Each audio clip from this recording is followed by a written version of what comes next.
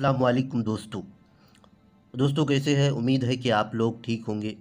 दोस्तों आप सभी का वेलकम, खुश आमदीद स्वागत है ईडोफिब यूट्यूब चैनल में। आपको इस चैनल में उर्दू से रिलेटेड सारा क्लास मिलेगा और साथ साथ आप इस चैनल में 1 मिनट का शॉर्ट एजुकेशनल वीडियोस, इंटरटेन के लिए कुछ आपको व्लॉग वीडियोस और साथ साथ आप इस चैनल में केमिस्ट्री का बेसिक क्लास और बायोलॉजी का बेसिक क्लास को देख सकते हैं ताकि आपका बेसिक स्ट्रॉन्ग हो। तो आज की इस क्लास में हम लोग उर्दू कोर्स बी का चौथा चैप्टर, इससे पहले 3 चैप्टर ऑलरेडी पढ़ा चुके हैं। यदि आप तीनों चैप्टर को, तीनों क्लास को नहीं देखे हैं तो ज़रूर देखिए। और ग्रामर का 8 क्लास ऑलरेडी बन चुका है और इस चैनल में अपलोड हो चुका है। आप प्लेलिस्ट में जाकर के प्लेलिस्ट का सेक्शन में देख सकते हैं ग्रामर का 8 क्लास को, जो कि आपका फर्स्ट टर्म सीबीएसई बोर्ड में जो जो टॉपिक्स आने वाले हैं सारा टॉपिक्स को कवर किया गया है। और साथ साथ आप सारा सिलेबस को भी देख सकते हैं, फर्स्ट टर्म और सेकंड टर्म में क्या क्या सिलेबस रहेगा। तो आप सभी से एक गुजारिश है कि दोस्तों आप सभी इस चैनल को सब्सक्राइब कीजिए ताकि हमें भी एक मोटिवेशन मिले नए वीडियोस को बनाने के लिए और आपके लिए नए नए क्लास लेकर आने के लिए। आप अगर वीडियो को लाइक, शेयर और कमेंट्स करते हैं तो हमें एक मोटिवेशन मिलता है नए वीडियोस को बनाने के लिए। आप इस वीडियो को ज़्यादा से ज़्यादा अपने दोस्तों के साथ शेयर कीजिए ताकि उसको भी देखने का मौका मिले और उसको भी सीखने का मौका मिले। ग्रामर का क्लास को भी आप लोग शेयर कीजिए और सिलेबस को भी बताइए क्या आने वाला है फर्स्ट टर्म और सेकेंड टर्म में। तो क्लास को शुरू करते हैं। सबसे पहला है मुंशी प्रेमचंद के बारे में जान लेते हैं, इसके हालात ज़िंदगी, इसकी ऑटोबायोग्राफी, इसकी बायोग्राफी को जान लेते हैं। कहाँ पैदा हुए थे, कब पैदा हुए थे। और ये एक कहानी लिखा है कौल का पास, एक बहुत ही ज़बरदस्त सबक आमोज कहानी है। तो हम लोग पहला मुंशी प्रेमचंद के बारे में जान लेते हैं। तो मुंशी प्रेमचंद 1880 में पैदा हुए थे, 1880 में। प्रेमचंद की पैदाइश बनारस के एक गांव लम्ही में हुई थी। कहाँ? एक गांव है बनारस में, गांव का नाम है लम्ही। लम्ही में पैदा हुई। उनका असल नाम धनपत राय था। बनारस एक्चुअली यूपी में है, जिसे हम लोग वाराणसी अभी कहते। इनका असल नाम धनपत राय था मुंशी प्रेमचंद का।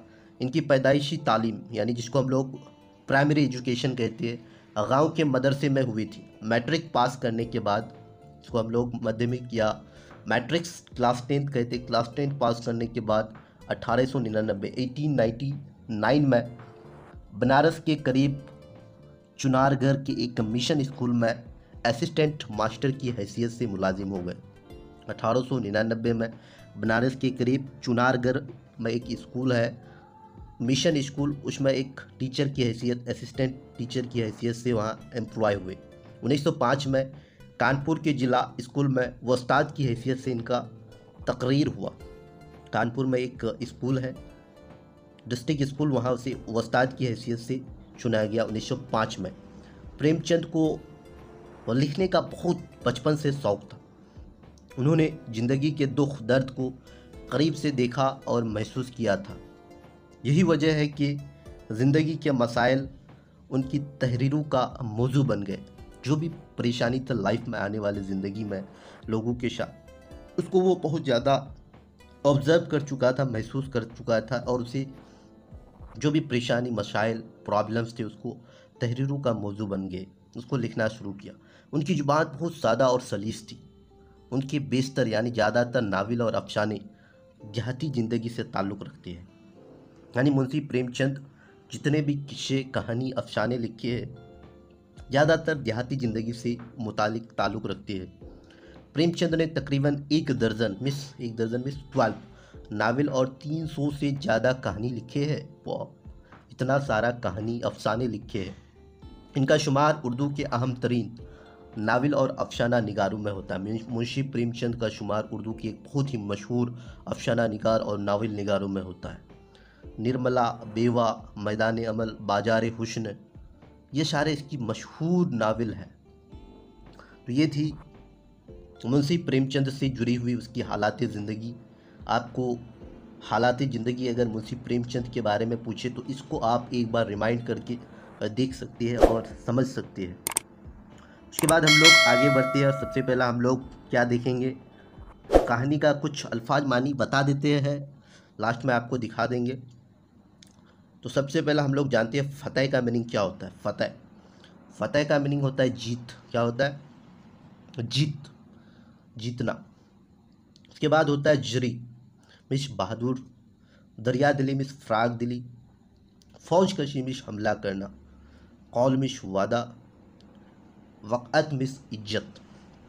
तो कहानी को शुरू करते अफसाना को कौल का पास, कहानी का नाम है कौल का पास। कौल मिश क्या होता है? वादा, पास रखना, कौल का पास रखना मिश वादा रखना। तो अकबर बादशाह मोगलों का बहुत मशहूर बादशाह गुजरे हैं। अकबर कौन था? एक बादशाह था जो मुग़ल डायनेस्टी से बिलोंग करते थे। तो हिंदुस्तान के एक मशहूर बादशाह गुजरे हैं।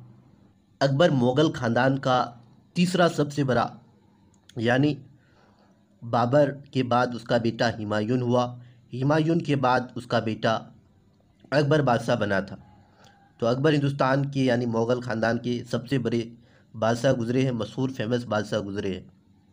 14 साल की उम्र में इसने तख्त को संभालना शुरू किया था और ये बहुत सारे लड़ाई भी लड़े हैं। जैसे आपका पानीपत की दूसरी लड़ाई 1556 में अकबर और हुमायूं के बीच हुआ था, आप शायद जानते होंगे। उसके बाद हम लोग जानते हैं इसने लड़ाइयाँ लड़कर हिंदुस्तान का बहुत सा हिस्सा फतेह कर लिया था। अकबर बहुत से लड़ाई लड़े थे और लड़कर हिंदुस्तान का ज़्यादातर हिस्सा को जीत लिया था।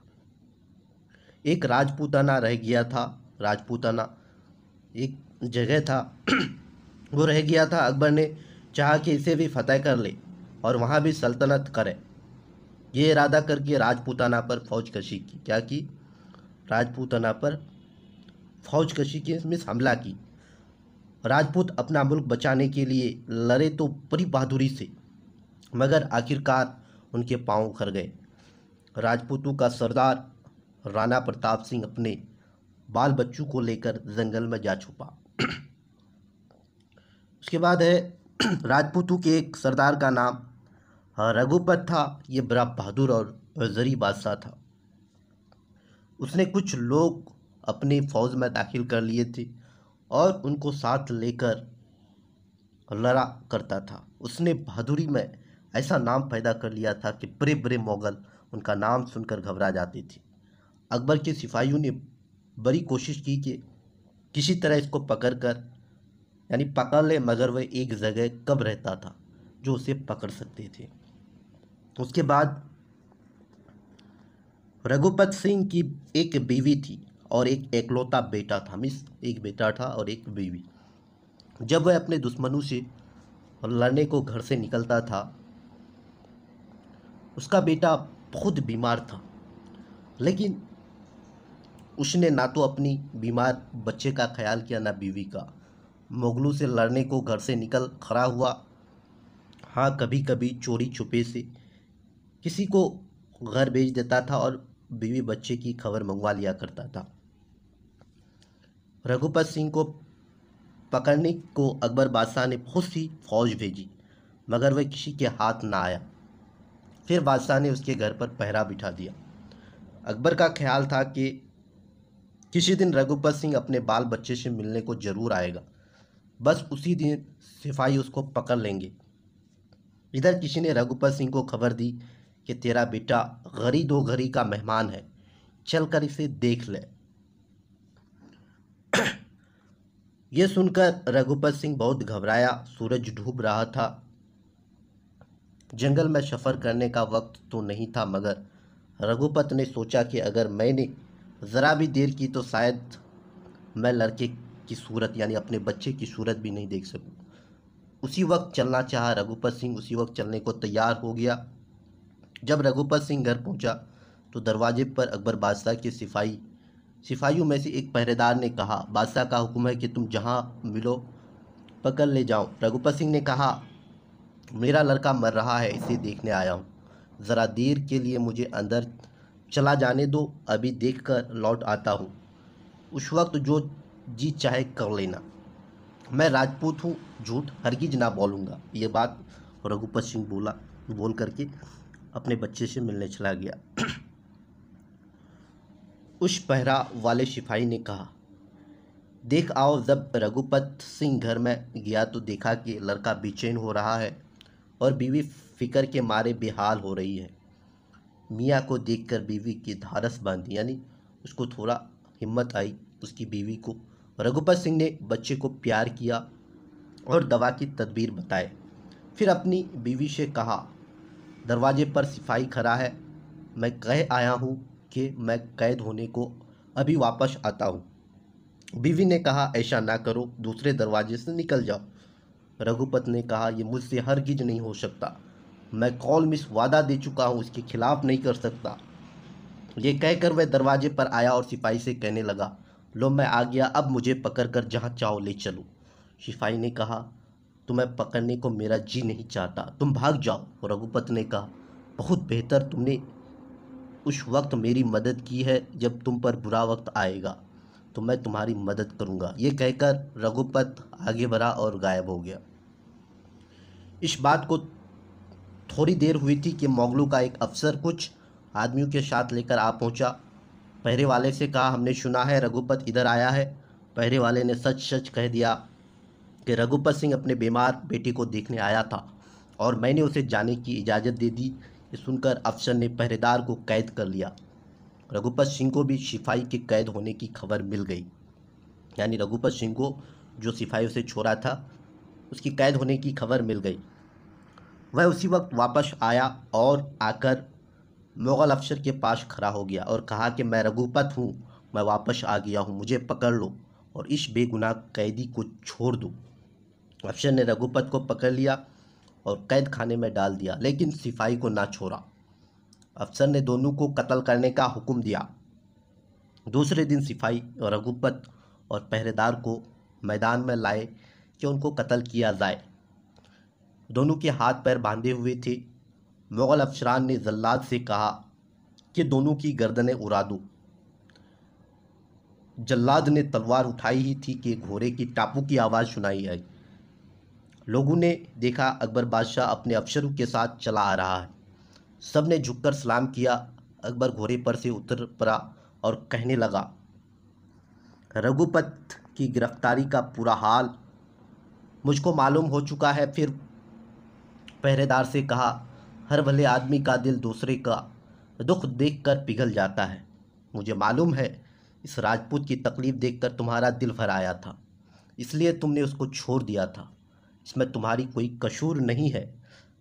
अगर कुछ है भी तो मैंने माफ़ कर दिया। अकबर बादशाह ने उस पहरेदार को माफ़ कर दिया। मुझे ऐसे ही सिपाही चाहिए। अपने पहरेदार, उसकी जो सिपाही थे, उसको बोला, मुझे ऐसे ही सिपाही चाहिए जो अपने बादशाह से ज़्यादा खुदा से डरता है। ये सुनते ही पहरेदार खुशी से फूला ना समाया, यानी बहुत ज़्यादा खुश हुआ। फिर अकबर ने रघुपत की तरफ देखकर कहा, मुझे पहले ये मालूम ना था कि बहादुर राजपूत बात के इतने धनी यानी पक्के होते हैं। तुम्हारी बहादुरी और एफआई वादे यानी एफआई वादा से मैं बहुत खुश हूँ। एफआई वादा में जो वादा किया था उससे मैं बहुत ज़्यादा खुश हूँ। मैंने तुमको छोड़ा। अब अकबर बादशाह रघुपत सिंह को छोड़ देता है। रघुपत सिंह घुटनों के बल जमीन पर झुक गया और कहा, आप जिस रघुपत को इतनी मुश्किल से भी जीत ना सके, आज अपनी दरिया दिली दिखाकर आपने इसे जीत लिया। अब वो रघुपत सिंह अकबर बादशाह के सामने झुक जाता और कहता है कि आप इतनी मुश्किल से कभी नहीं जीत सकते थे मेरे साथ, लेकिन आपकी दरिया दिली की वजह से आप आज मुझसे जीत गए। अकबर बादशाह की वक़्त कराना जानते हैं, मिश इज्जत करना जानते हैं। अब मैं कभी आपका दुश्मन होकर तलवार नहीं उठाऊंगा, रघुपत सिंह ने कहा। जो आदमी अपने वादे के पक्के होते हैं और सच्चाई पर जमे रहते हैं और दूसरों के दुख में मदद करते हैं, खुदा हमेशा उनकी मदद करता है। ये है कहानी कौल का पास, जो कि अकबर और रघुपत सिंह पे था। आपको समझ में आया होगा, नहीं आया है तो कोई बात नहीं। इसका लिखने वाला है मुंशी प्रेमचंद। इसका खुलासा लेकर के आऊँगा और क्वेश्चन आंसर इस चैप्टर से जुड़ी हुई, क्योंकि मेरा गला आवाज़ थोड़ा डाउन हो चुका है गले में खराश हो चुका है, जिसकी वजह से मेरा आवाज़ सही से आप तक शायद नहीं पहुंच रहा होगा। अगर पहुंच भी रहा है तो थोड़ा थोड़ा पहुंच रहा होगा, और आप हेडफोन लगा करके क्लास को देखिए ताकि आपको ज़्यादा सुनाई पड़े। और आप सभी को रिक्वेस्ट करूंगा कि आप इस चैनल को सब्सक्राइब करके रखिए ताकि उर्दू से रिलेटेड एक भी क्लास आपका मिस ना हो। Thanks all of you.